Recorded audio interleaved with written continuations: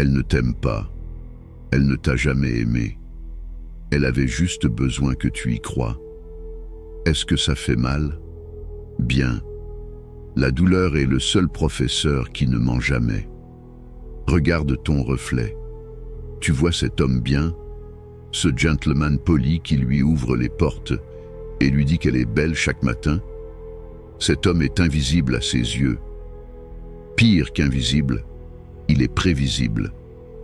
Et dans le langage secret du désir féminin, prévisible est synonyme de mort. Il y a un monstre que chaque femme porte en elle, inscrit dans son ADN. Un monstre qu'elle ne comprend même pas elle-même. Un monstre qui la pousse à mépriser l'homme qui l'adore et à désirer celui qui l'ignore. Tu sais pourquoi les femmes disent vouloir un homme sensible, mais finissent toujours avec celui qui les fait pleurer. Ce n'est pas du masochisme, c'est de la biologie pure. Pendant des millions d'années, les femmes qui ont survécu étaient celles qui choisissaient le guerrier, pas le poète, le chasseur, pas le philosophe, l'homme qui pouvait tuer pour elles, pas celui qui mourait pour elles. Et ce programme continue de fonctionner chaque putain de jour. Tu crois que l'amour, c'est la communication, la compréhension, la tendresse. Elle dit qu'elle y croit aussi. Elle ment. Son corps ne ment pas quand il réagit à l'homme qui la défie, qui l'affronte, qui n'a pas besoin d'elle. Tu as remarqué comment ses yeux brillent quand elle parle de l'ex qui l'a maltraitée. Comment sa voix change quand elle mentionne le patron arrogant que tout le monde déteste. Cette lueur, ce n'est pas un traumatisme, c'est le désir à l'état pur. Le monstre que chaque femme désire n'est pas violent, ni abusif. Il est quelque chose de bien plus subtil et puissant. Il est imprévisible. C'est l'homme qui ne peut pas être dompté, classé ou contrôlé. Et toi, tu es un livre ouvert. Elle sait exactement ce que tu vas faire, ce que tu vas dire, comment tu vas réagir. Tu es sûr, tu es stable, tu es tout ce qu'elle dit vouloir. Et c'est précisément pour cette raison que tu es tout ce que sa biologie rejette. Schopenhauer le savait. L'amour est la ruse de l'espèce pour se perpétuer. Mais il s'est arrêté là. L'amour n'est pas qu'une ruse, c'est une guerre. Et dans cette guerre, l'homme civilisé perd toujours. Tu veux savoir ce qu'une femme cherche vraiment quand elle dit qu'elle veut une connexion émotionnelle? Elle veut ressentir, pas réfléchir. Ressentir. Et les émotions les plus puissantes ne viennent pas de la sécurité, elles viennent de l'incertitude, du risque, du danger contrôlé. Le monstre qu'elle désire est l'homme qui la fait douter. M'aime-t-il ou pas? Va-t-il rappeler?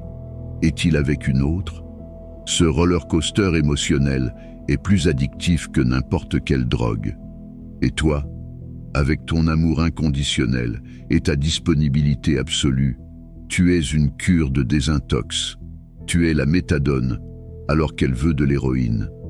Napoléon a conquis l'Europe, mais n'a jamais pu conquérir Joséphine. Pourquoi? Parce qu'il avait plus besoin d'elle qu'elle n'avait besoin de lui. Il écrivait des lettres désespérées depuis le champ de bataille pendant qu'elle couchait avec d'autres à Paris. L'empereur du monde réduit à un mendiant émotionnel. Ça te semble familier? Bien sûr que oui. Parce que toi aussi tu as supplié. Tu as imploré des miettes d'attention pendant qu'elle organisait des banquets pour ceux qui n'ont même jamais demandé. Le monstre ne supplie pas. Le monstre a faim, mais pas d'elle. Il a faim de conquête, de but, de puissance. Et cette faim, celle qu'elle ne peut pas satisfaire, est précisément ce qui la rend folle. Les femmes ne sont pas masochistes. Elles sont des stratèges évolutives inconscientes. Leur biologie les programme à chercher l'homme dont l'attention est précieuse, parce qu'elle est rare.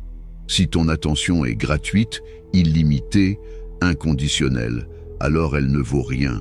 C'est de l'économie de base appliquée au désir. Tu te souviens quand tu étais enfant et que tu voulais ce jouet que tu ne pouvais pas avoir. Tu le désirais de tout ton être.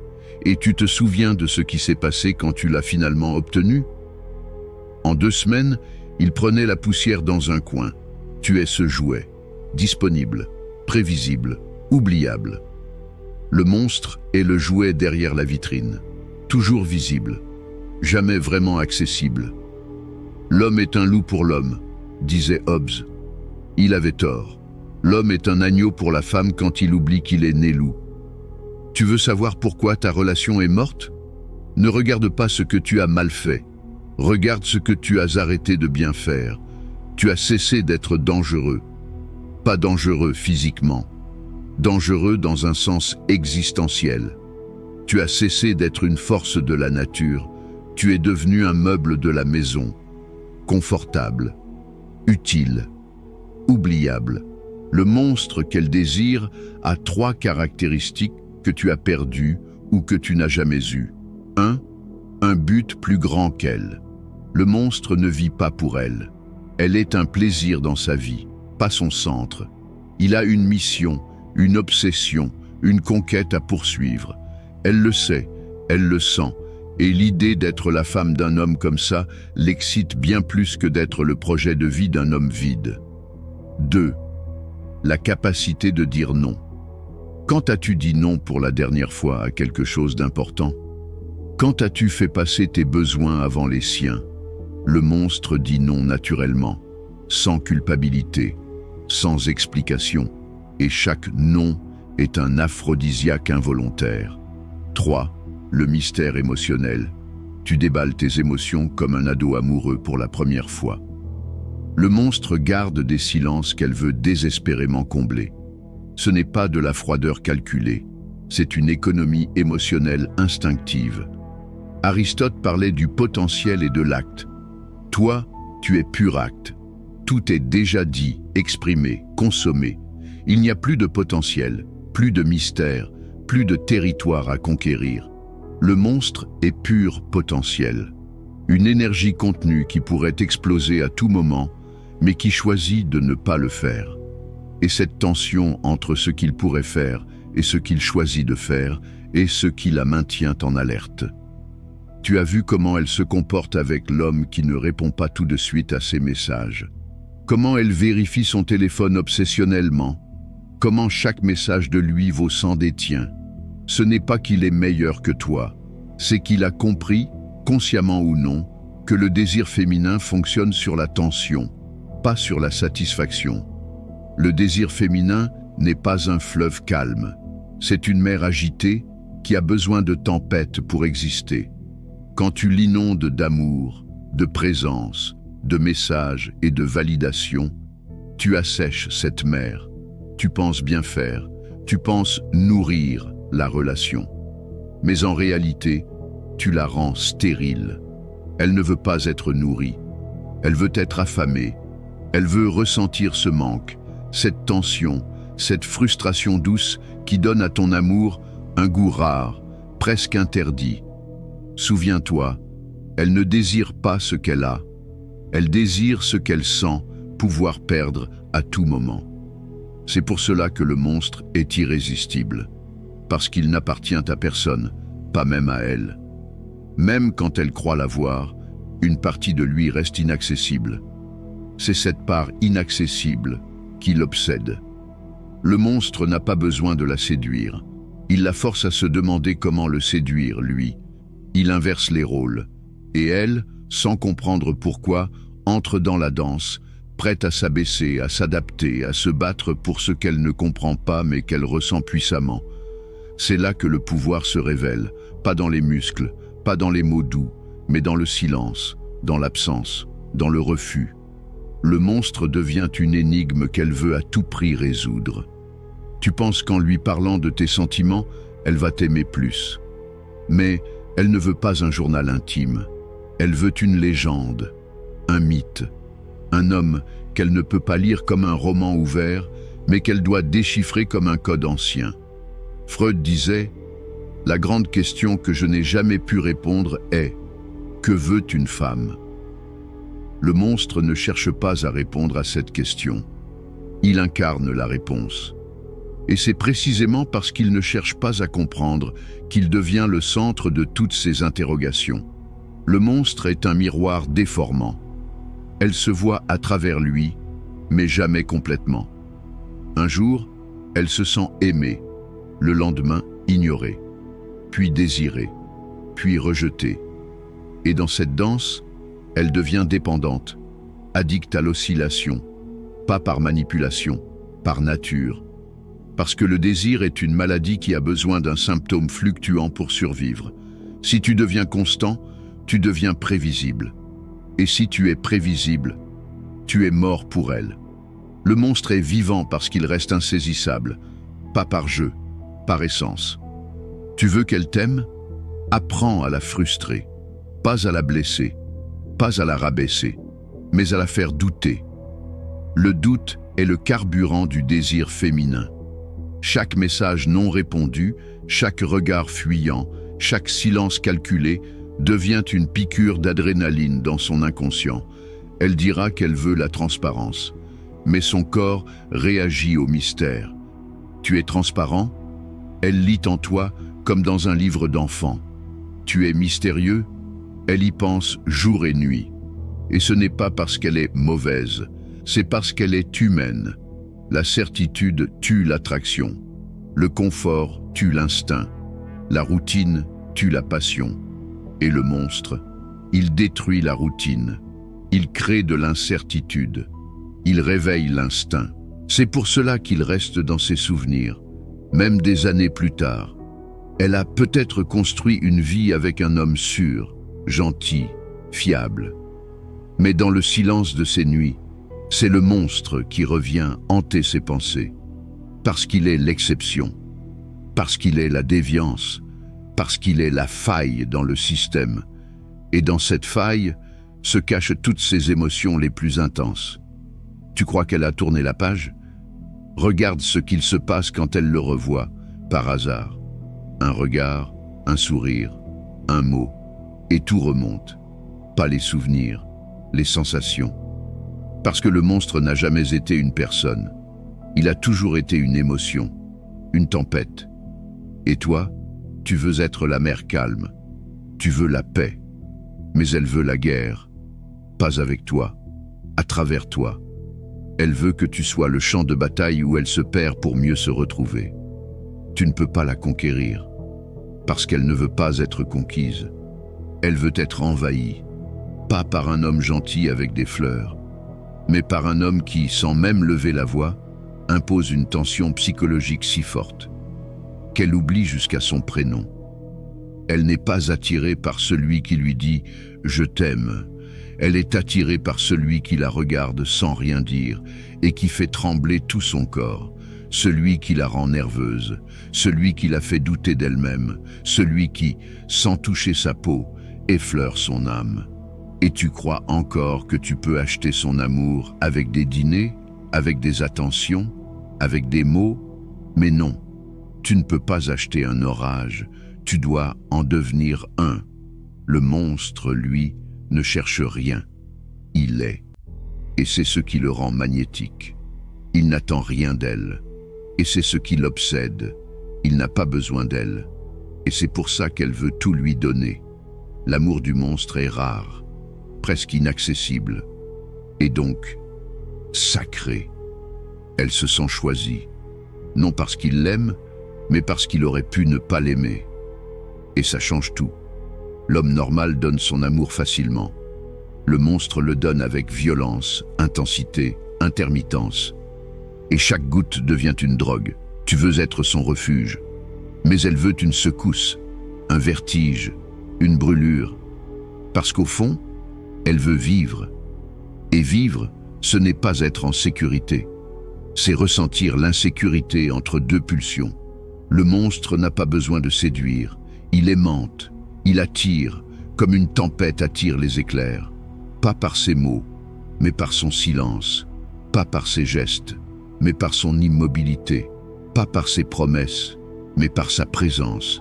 Il entre dans une pièce et l'air change. Il parle peu, mais chaque mot pèse des tonnes. Il n'explique rien, il ne justifie rien, parce que le mystère est son langage. Tu veux tout clarifier, tout mettre à plat, tout verbaliser. Alors elle t'aimera peut-être, mais elle ne te désirera jamais. Le désir naît dans l'ombre, pas dans la lumière. Il naît dans l'absence, pas dans l'insistance. Plus tu cherches à lui plaire, plus tu l'étouffes. Plus tu la laisses respirer, plus elle s'approche. Mais le monstre, lui, ne calcule pas. Il incarne une vérité que les autres hommes ont peur d'assumer. Je ne suis pas là pour te rassurer. Je suis là pour te réveiller. Et ce réveil, parfois, la détruit, mais elle en redemande. Parce que dans cette destruction, elle touche quelque chose qu'aucun homme n'a jamais su éveiller en elle, son chaos sacré.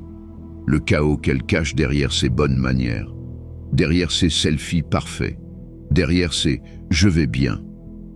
Le monstre ne la caresse pas. Il la confronte.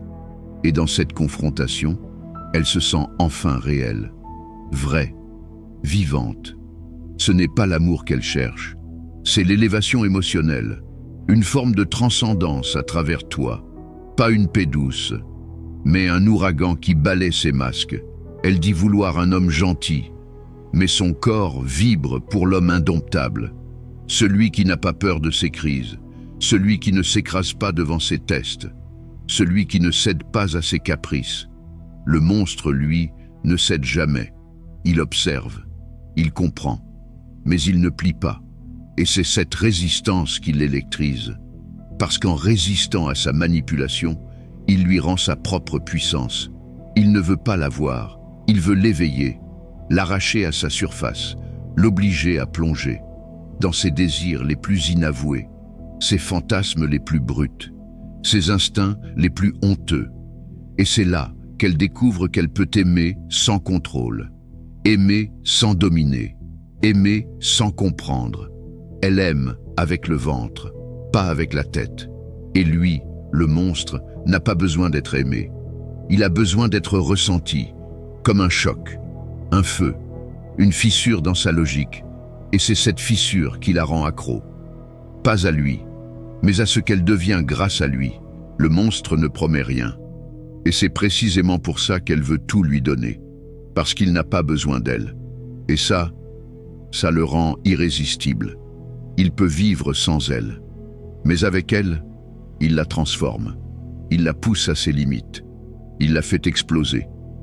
Pas par la tendresse, par l'intensité. Il ne lui dit pas ce qu'elle veut entendre. Il lui dit ce qu'elle n'ose pas se dire à elle-même. Et même quand elle le déteste, elle pense à lui. Même quand elle le fuit, elle rêve de lui. Même quand elle dit « c'est fini ». Elle espère, au fond, qu'il revienne la briser encore une fois. Parce qu'il ne l'a jamais flattée. Il l'a dévoilée. Il ne l'a jamais protégée. Il l'a testée.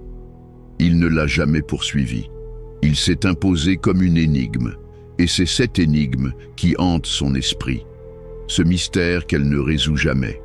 Cette tension qu'elle ne peut apaiser. Elle dira aux autres qu'il était toxique, qu'il était dangereux. Mais au fond, elle sait.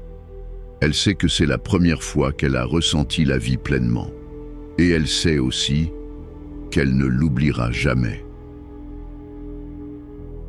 Si ce message t'a secoué, alors demande-toi, est-ce que tu veux plus de contenu qui dérange, qui casse les masques, qui frappe là où ça fait mal? Parce que ce genre de vérité brute ne survit pas tout seul. Ici, il n'y a pas de filtre, pas de compromis, juste des idées qui bousculent tes croyances pour que tu arrêtes de vivre endormi. Si tu veux que cette voix reste libre, si tu veux faire partie de ceux qui refusent le mensonge confortable, clique sur le lien dans la description. Mais tu peux aussi soutenir autrement, en partageant cette vidéo, en mettant un like, en t'abonnant. C'est simple mais puissant. Chaque clic, chaque partage, c'est un coup de marteau contre le mensonge. Un pas de plus vers une génération d'hommes lucides, forts et indomptables. Le confort ment. Ici, on ouvre les yeux. Rejoins le mouvement.